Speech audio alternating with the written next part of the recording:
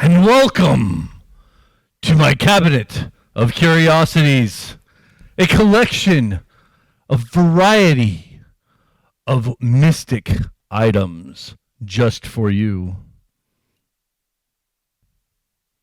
What gives me the power of my cabinet of curiosities? The coat of knowledge. Let me get it.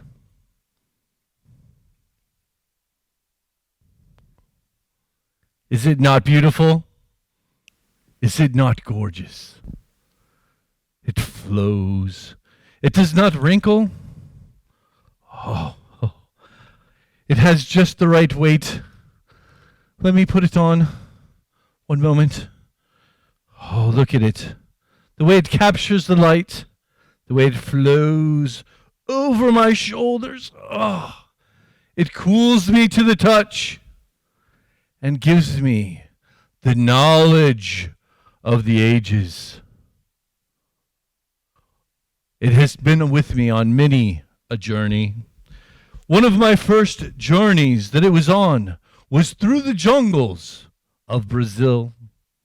While wandering through these jungles, I was attacked by the spider webs. I had to relieve myself of these webs with a mere stick. I took the stick, making sure that it was clean.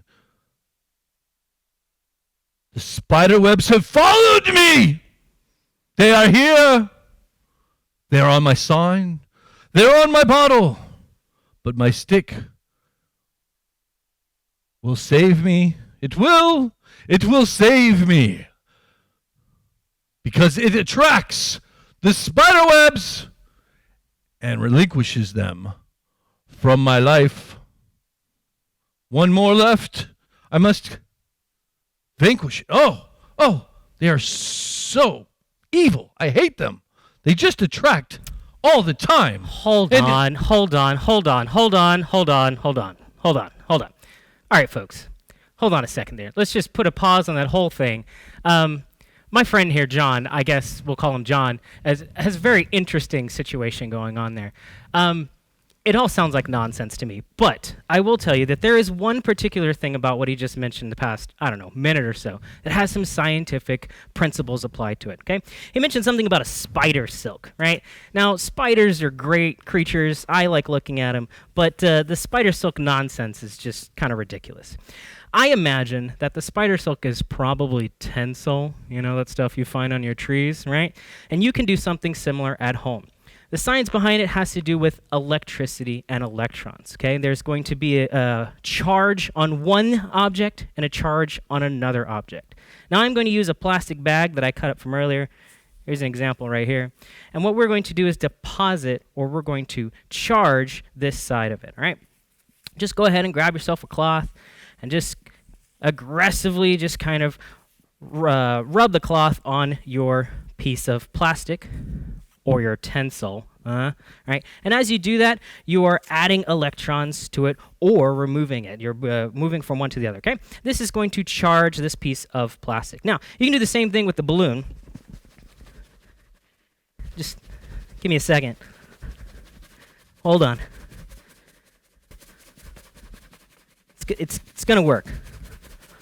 Great. Now, as we have charged both of these, they should be very similar. If you get the charges just right, you'll actually get a push. Now, mine are just different enough that I'm getting a pull. You can kind of see this touching each other, and if I get it just right, with the right conditions, you'll see that I can pull on this plastic bag.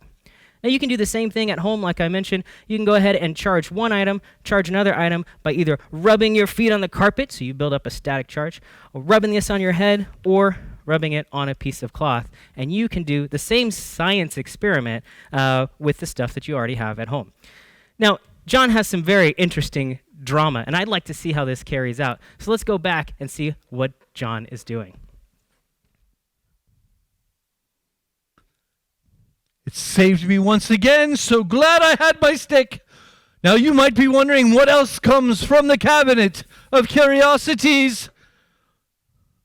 I found a cloth the cloth of Cassius from the Isle of Milwaukee. It is a magic cloth. It keeps clean water, can flow straight through it. But dirty water, no. Filthy water, no. It stops it. Stops it. So I pour my clean water into the cloth. Filling my bottle with my clean water. It flows directly through. But now we have got our clean water in our bottle. We must foul it somehow to show its power. Give me a moment.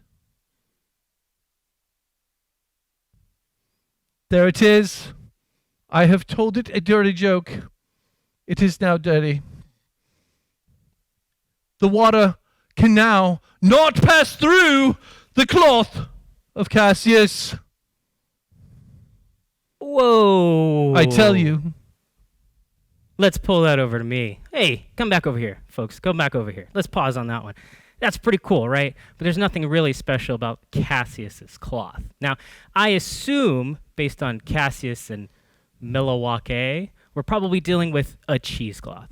Now, you might not have a cheesecloth at home, but what you may have is some various other fabrics. Now, I think I've got a few things in here. I do. Now, you can do this experiment too. It has to do with water and surface tension. Okay? Now, I happen to have this linen bag. All right, that's a great example of something that you can use. It has these openings between the weaves. You can also use some lovely material that we have here. These are like nylons, okay? So you can use a little nylon. Now, I'm going to pour the water in first on this one because my fabrics don't have as many openings, or the openings aren't as wide as cheesecloth. All we need to do now is place our object over the top of it. I'm going to use the nylon instead of the linen.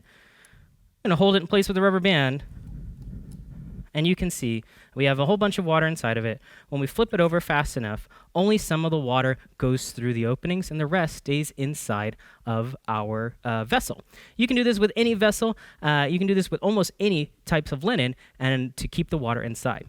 Now, there's a little bit of a secret, which I'm sure Jacob over there is going to help us out and understand, and that is that when we disrupt the surface area of the water, water has a very kind of attractive quality to it, okay? It likes to hang around with itself. It gets a little sticky. But I bet you in just a moment we're going to see the water magically pass through, and all we're going to see is this. I want you to look and see if he actually tilts the bottle at all. And if he does and the water escapes, I think my assumptions are correct. So let's keep that in mind. Pass it back over to Jacob over there, and let's see how he does it.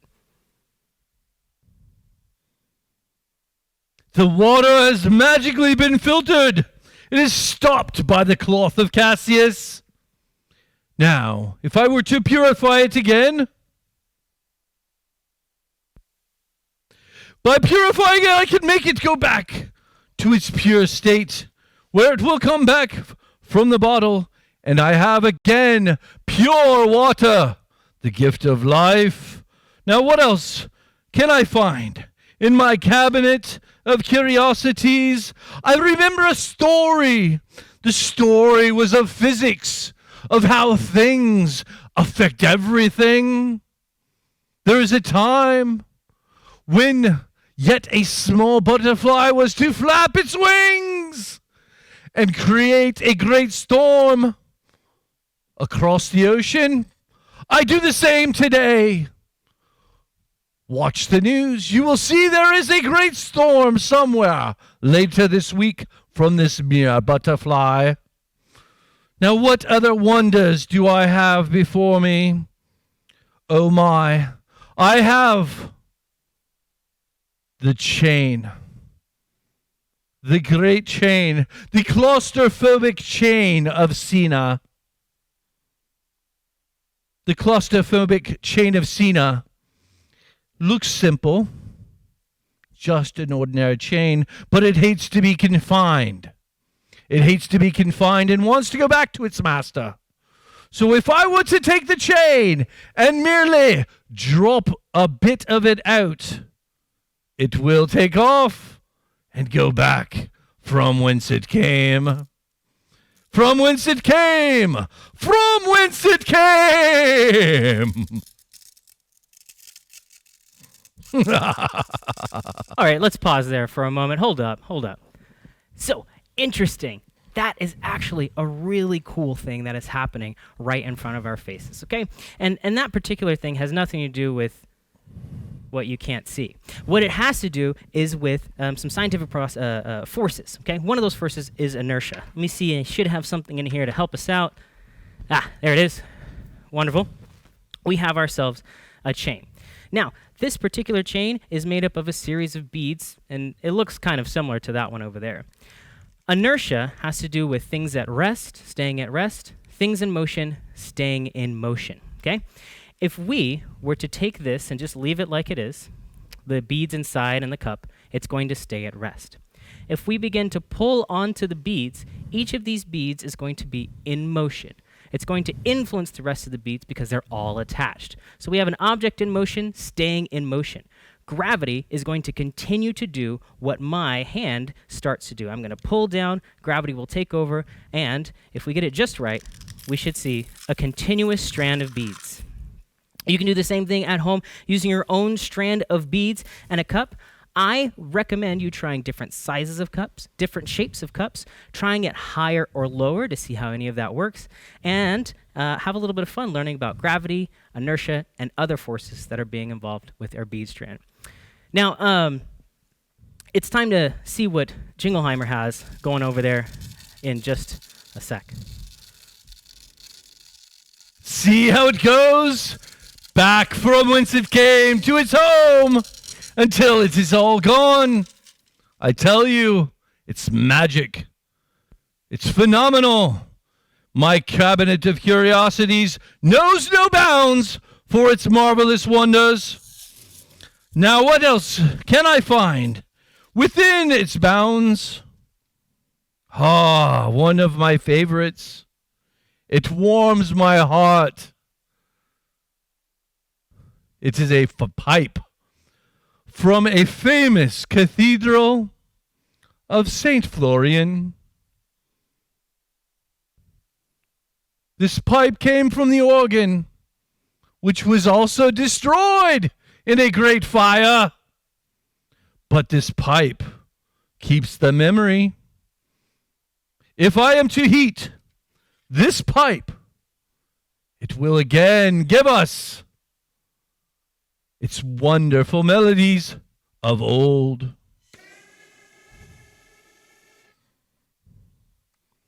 Sing! Sing. Sing. And hold up.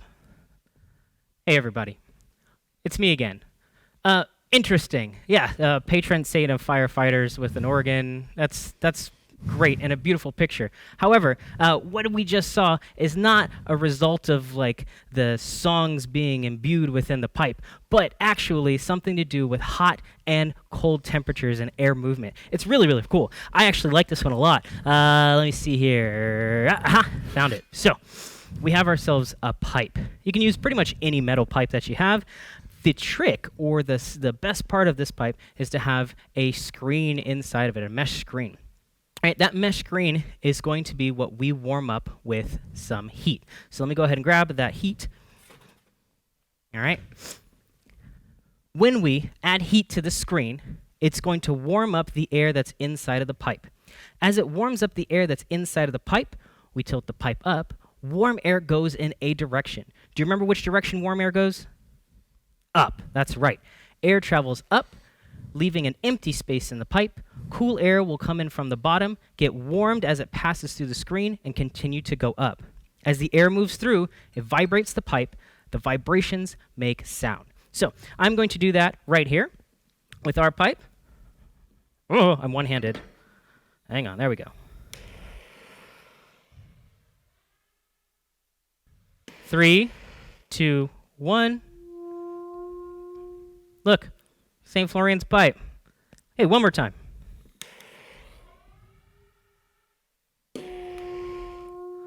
It's pretty awesome. I love this stuff. Move some hot air, move some cold air, see if you can make some sounds at home. All right, it's time to go check out Schmidt and see how he's doing. Haha. Is not my cabinet curiously wonderful? I think it is. Now, I have yet one more trick up my sleeve. It is the pipe. We will have some fun with this. We will take it. We will add some crystals from the foot of Pompeii, the volcano, because that volcano produces calcium carbide. The calcium carbide will be mixed at the bottom of our pipe and will give us a wonderful outcome. I tell you, everyone will love it. Now, I must mix a special water, a water found at the base of the Amazon River.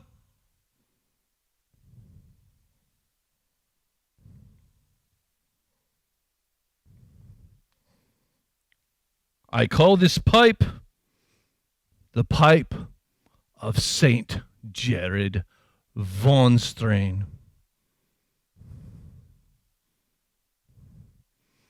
Now, we will see what happens next. My power stick. Ha ha! Whoa. Let's pause right there. Wow, that was fascinating. And you know what? That was accurate. I mean, we saw some interesting things. We saw him talk about surface tension with the Cassius cloth. Okay, we put water and surface tension through the openings. We saw him do stuff with static electricity from earlier, which again you can do. We saw him do some other weird things like the inertia beads. Right? We even talked about the singing tube where we had vibration from our tube. But that last one was actually accurate. He put calcium carbide in the bottom, and when he added water to it, it created acetylene gas. That acetylene gas was pressurized, and when he added enough energy to it, it created a combustion reaction. He did chemistry. That was actually pretty fabulous, you know? So we did chemistry. We had excited gas molecules. They were expanding, going faster and faster and faster, and it forced up, boom, and we had ourselves an explosion. Wow. He actually got one of those right. I wonder if he has anything else. You know what? Let's check back in and see if old Schmitty there has any other things for us. John? Jacob? Jingleheimer? Schmidt? Is that it? Well, that's unfortunate. Well, I guess that's the show, folks. Thank you so much for checking us out. We appreciate it. We learned a lot of things today. We saw inertia beats. We talked about surface tension. We did some sound stuff. These are all experiments that you can do at home. Thank you for checking us out at Exploration Place. Be safe as you head out and do wonderful science things. Oh, my goodness gracious. Oh, woo. You knew I was here the whole time. Oh, okay, well, goodbye.